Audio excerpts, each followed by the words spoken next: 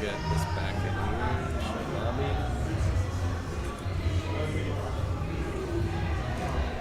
So you can't edit those team names until you're in it? Okay. Yeah, it's the, I know we're using OBS, so I know there's a couple other options on there. Maybe we'll have to look at that. But yeah, I used to set them up so they were pre-done. A little bit of background here. So I set up the screens before, and I could just click the names, but there's always a delay, before I get them on there. So, but yeah, I would love to edit it before we get in there. All right, so we are heading over to Route 66. So I'm gonna switch the maps here. And I think I'm going to turn this mouse sensitivity up for the viewing because I like it high. You like it high? Whereas Maverick does not. How about so you were one of our big Farah players. I was going to say, what do you do with sensitivity on your mouse? Do you have a method you... So I guess my current settings are 7.4 sensitivity on an 800 DPI mouse. So I think it's a little higher. Okay. It's not super high. Yeah. But for me, sensitivity is like it's player specific. I think people tend to ask other people like what they use, but in my opinion, it's whatever works for you. Yeah. And you really just gonna want to be able to move your mouse to an exact point on your screen and do it consistently and accurately. So and that's gonna be different for everyone. And the big thing is the tracing. With any player for that matter. Unless you're I think there's two different styles in terms of like you either are a flick player or you're a track player, right? Like if you're a soldier, soldier or tracer, it really lends yourself. You have a huge advantage to be able to track really well and kind of keep them across your screen.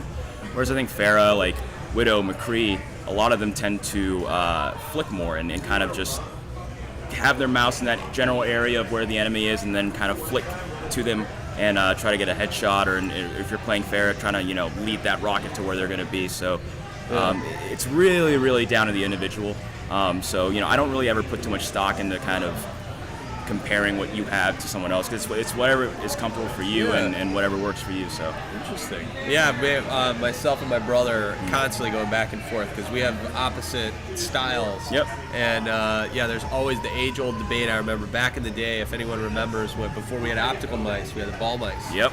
And there's always big debate on your surface was more important then than it is now. Yeah. And how it tracked, and there were different ways to check that. Did you ever experiment with different surfaces? Yes. Yeah, I had a mouse pad that I could switch, and I found one that I honed in on that I really liked, and it was Funk Pad. I don't know if they're still around, but they had a surface that I swore by, and I used it for forever. And when they switched over to optical, which actually it might have been the mouse we're using on the station here, one of these Logitech, I think this is like MX700 maybe. Yep.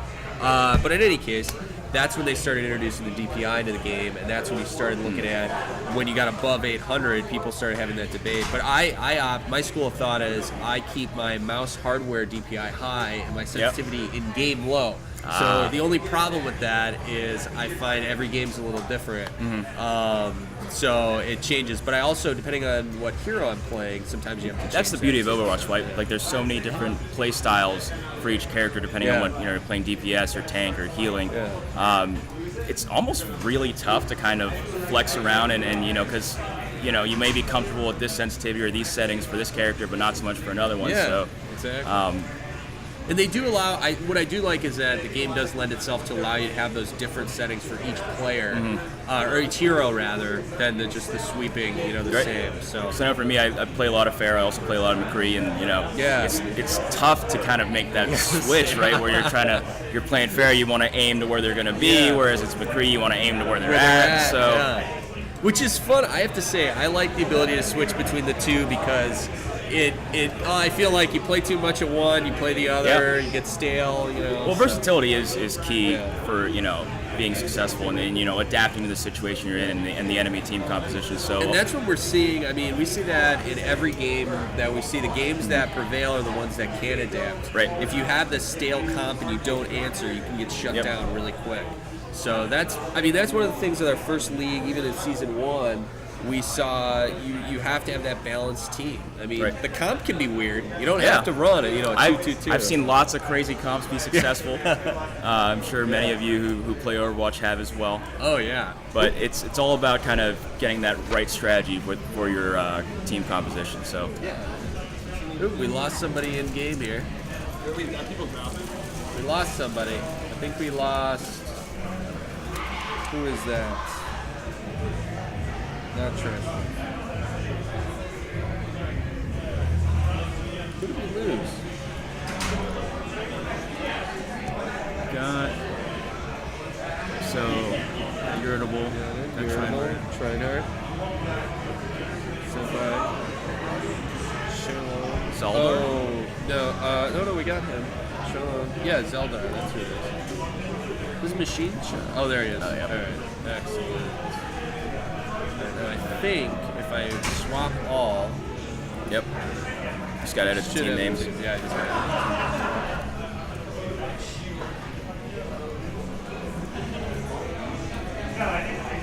All right. Random Randy. Oh yeah. All right, ready to rock and roll? Cool. Switch to the game. All right. Yeah. So far, so good. Sorry, I know it's taking time. I think we got everybody. Yeah. Mike up. What's up? Mike's out. All right, let me get out of this room here.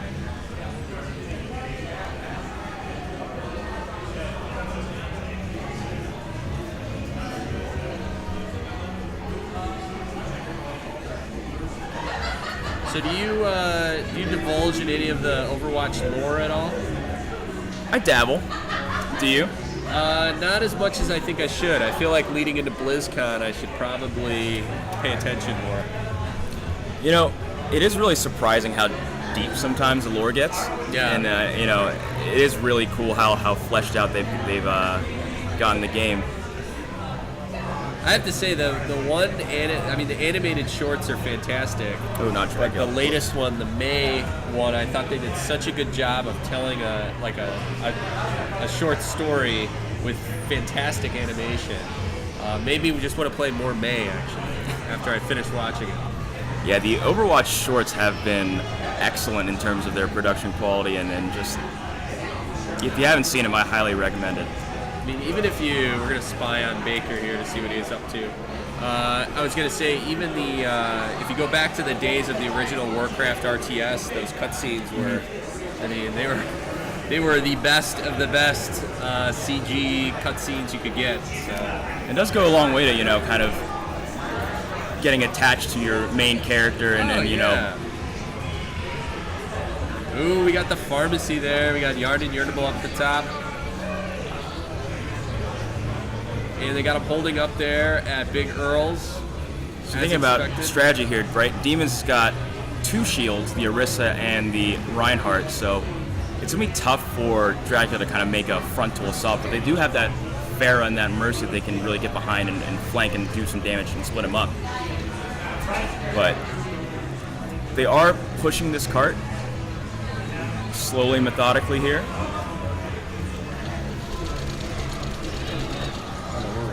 Okay. Yeah. So Sage has got to be on Pharah duty here. Try to take out that Mercy quick. Oh! She dipped just out of view there.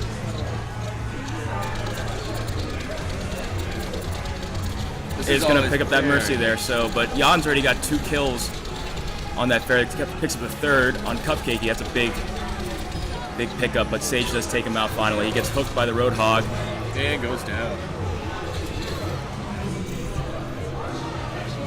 So Dracula, pretty easy going on this first point. Yeah. Not too challenging. I was surprised. I thought Sage was doing some work there. Yeah. But he is really close to his ult. If they're able to break down this Rhine shield, especially with Pharah and Mercy in the air, it's going to be really easy for him to pick up a lot of kills. And Symmetra does have her ultimate up as well. She dropped a shield generator, I believe. Looks like it, yep. So I always, just for our newer players, when we're talking shield generator, if you look up at the health bars, you see that extra blue up there. That means that she dropped her shield generator as opposed to the teleporter. Interesting strategy. It does add, 200 shield for every teammate? I believe so, yeah, which is pretty So an huge. extra 1,200 combined team health, which is big. Sage is going to pop that ult. Picks up 1. Whoa, Rhine-on-Rhine action there. We got Senpai and Shiguro, I believe. Right? Yep. So Demons did a good job there of really kind of stabilizing, and this part of the map is kind of tough for the attackers to kind of retake, because you really only have 2 entryways, or I guess 3 entryways, right? You have the tunnel on the left, the cliff side, and that main entryway with the arch there, but this is exactly what Demons wants. They want to keep everything in front of them and not have to worry about flankers or getting split up. And Dracula's got to push up here and make that space. Got that Rhine just kind of backed up in a corner, but you got Diva coming from the bridge, opting to attempt to flank, but gets demeched. Hot shatter. You got 2 down there, but no follow-up. Well, Riser says, I'll follow up on that. Yeah, Riser's doing some cleanup there. Oh boy. So you can really tell how impactful that shield generator is. It's making it really tough for Dracula to kind of get these first picks that are so important when you're on attack. But Zaldar, I don't know where he went, but he takes out the shield generator. Ooh, So there goes that. They're ganging up on the Symmetra here. Mercy doing a good job keeping her up. Now, if you think about Symmetra, the key for her is to kind of always keep that left click up. It does more and more damage the longer you have it up, but Dracula making a strong push here.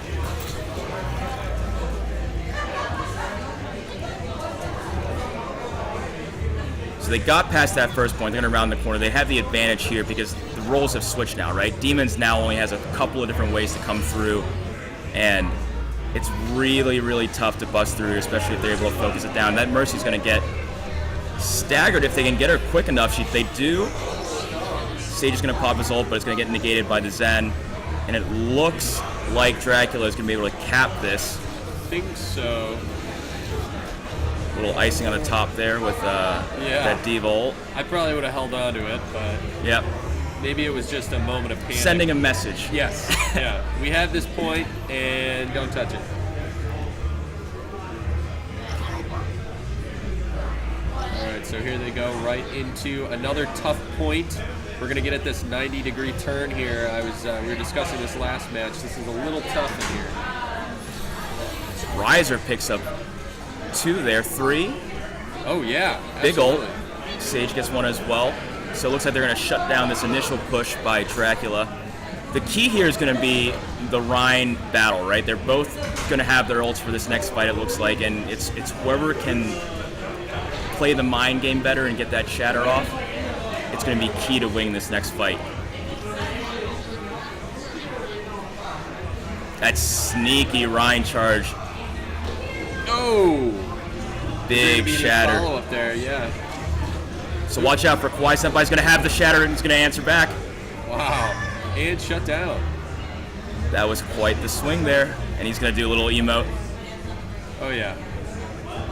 That's what those are good for. So the payload should start going backwards? Or is it, that's as far as it'll go here at this point?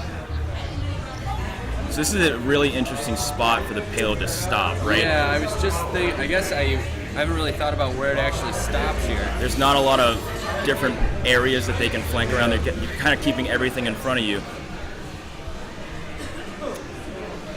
And it's where Symmetras really kind of thrive, right here in these tight corners. Keep that beam on the other enemy team and just melt everything that walks through. And you see these Rhines are pretty much on top of each other. A lot of ults coming up for Demons.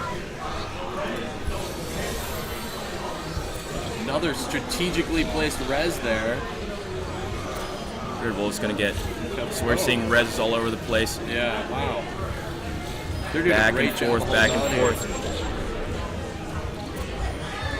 You can see how tough it is for Dracula to make that push, just because there's not a lot of room from the maneuver. They're really just kind of right in the face of Demons as soon as they turn that corner from spawn. And as long as they can stay behind this Rhine shield, it's going to be really tough to bust through. And now Symmetra's going to set up her turrets there, you can see. I was just going to say, the Symmetra here seems very effective. I mean, this is the tightest point in this map, Yep. I think. And she is just able to hold down left click, look at something, and then they'll be dead pretty quickly. So my camera work is much to be desired here. So you're seeing Dracula start to push them back. This is exactly what they want. They took down the shield generator. Cupcake is going to pop her ult here, res the Rhine really quickly here. He's going to have Shatter, so we could possibly see that coming. There it is. Big Shatter. We're just seeing a lot of trades by both teams.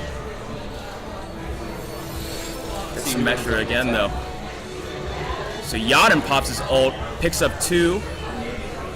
See one last push here. Now this is important. They got to stay on the payload. That's a big team fight win for Dracula. Wow. Yeah. And they're just going to want to push this as far as they can. So what they want to do here is want to push up a little bit, right, and try to get the guys who are coming out of spawn. You know, they're not exactly the most grouped up, but you're allowing them to kind of stabilize here. And that Shatter misses, but Diva gets one. Sage picks it up. Other Shatter misses. It's total chaos here. Oh no. People are dropping left and right. Symmetra is just beaming everything in sight, and Demons does hold this point. But Dracula can't be too upset about that. They pushed it pretty far. No, they got pretty far. So they basically almost got there. So. Wow. What's up? Hey.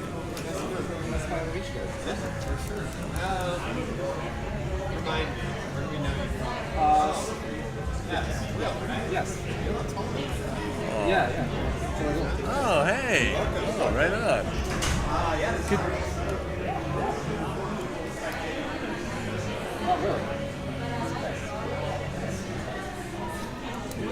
Yeah, we're in our last, so we've got one more round of matches after this. So, yeah. You're welcome. Good choice of shirt, by the way. Yeah, I just have you wear it today. Yeah. Yeah. Awesome.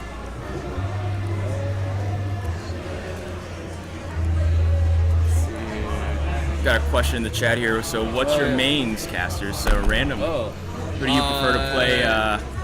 I'm Pharah most of the times I play, but with that being said, I still enjoy playing like Zarya, Diva, Zen is another one to name that I enjoy playing a lot of.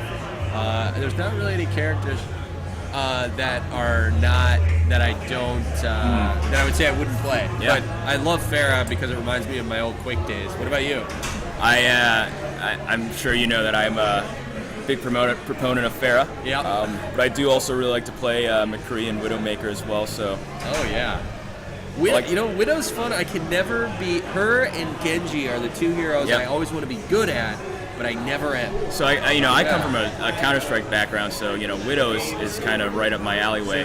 Oh but yeah, okay. I never played Quake. Or Surprisingly. I played a little bit of Quake, more Unreal Tournament. Was my jam. So the Rockets were a lot of carry over there. Yeah, I mean it's very similar. Even the movement speed, to me at least, it feels very similar. So nice boot by Pharah there, knocking that Rhine off.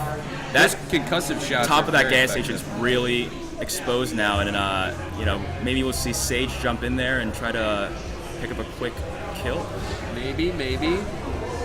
Big Earls.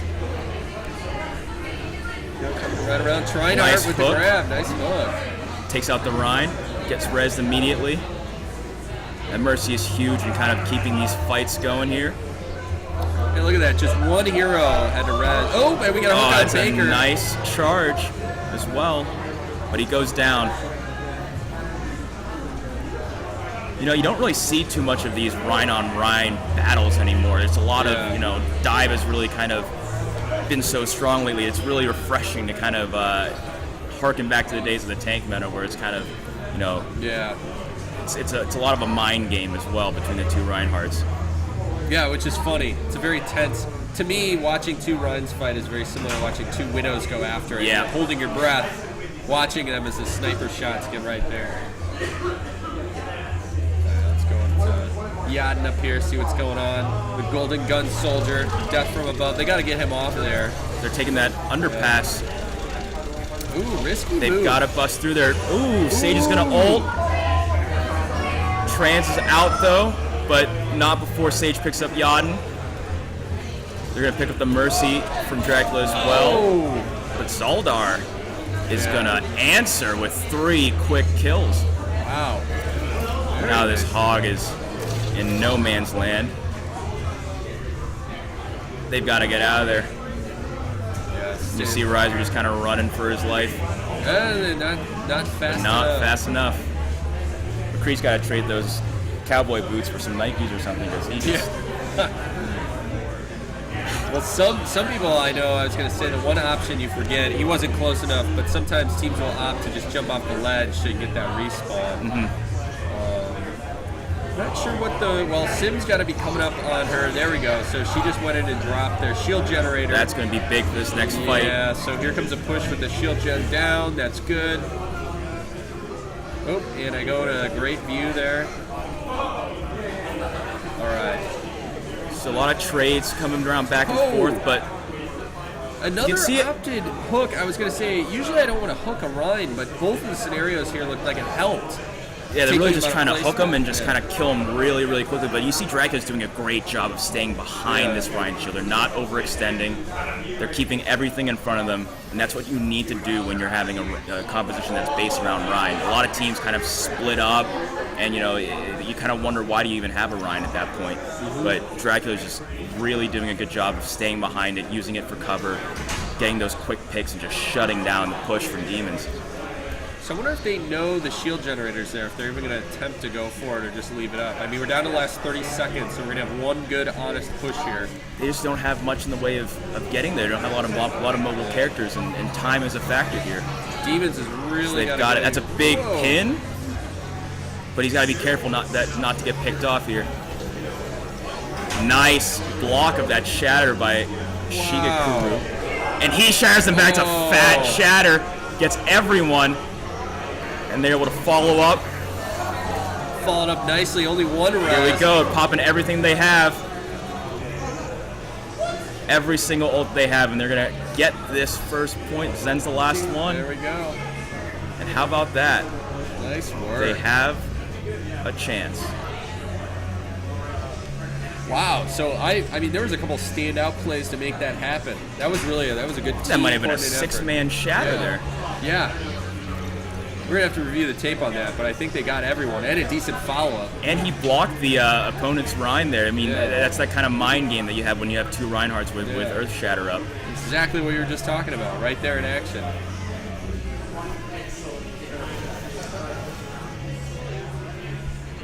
So you're going to see Demons has to play tight here. They looks like- cannot afford to really get split up. No. Reinhardt's going to pick up the Symmetra. Well, it looks like Off an Dracula ult. was going to drop down, but now it looks like they're just bringing it down to the ground game, except for Zoldar up top again. Oop.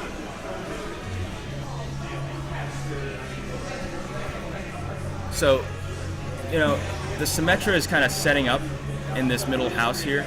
She's kind of just back there 1v1ing the Roadhog.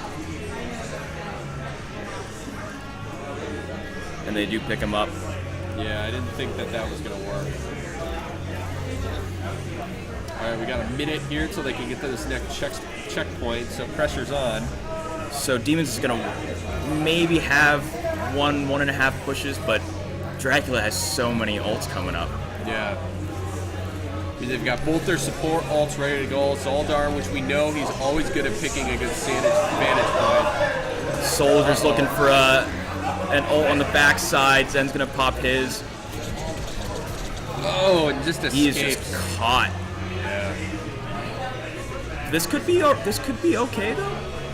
Maybe. If they're able to, I mean, that Soldier's just got to split him up. Make that Ryan pick a direction, and then have the other, your team kind of follow up from the other side. But They also, I felt like they neglected to kind of fight from the payload there. so they're just kind of split right now. They're not behind this Rhine shield. It's a dangerous spot to be in. Yeah. Really exposed. That's a big shatter. Big shatter. But he's going to res him up. Now, he's going to have shatter as well. Better watch out for it. That's going to be, there it is. Oh. Picks up pretty much the whole team. There's just no follow-up. Yeah. Yeah, and we always talk about alt management and alt economy, but wow, nice win there by Demons.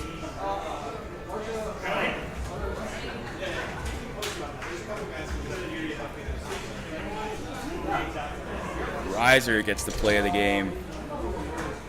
He did some work. Expected. Wow. There's a lot of plays there by Riser, I think. He's just going to pick up this Mercy here. Yep. Yeah. It's a nice 4 kills in one play of the game. You love to see that. Well, that goes to Demons picking up their first win, which is big because it's really going to help them buy them some time for next week.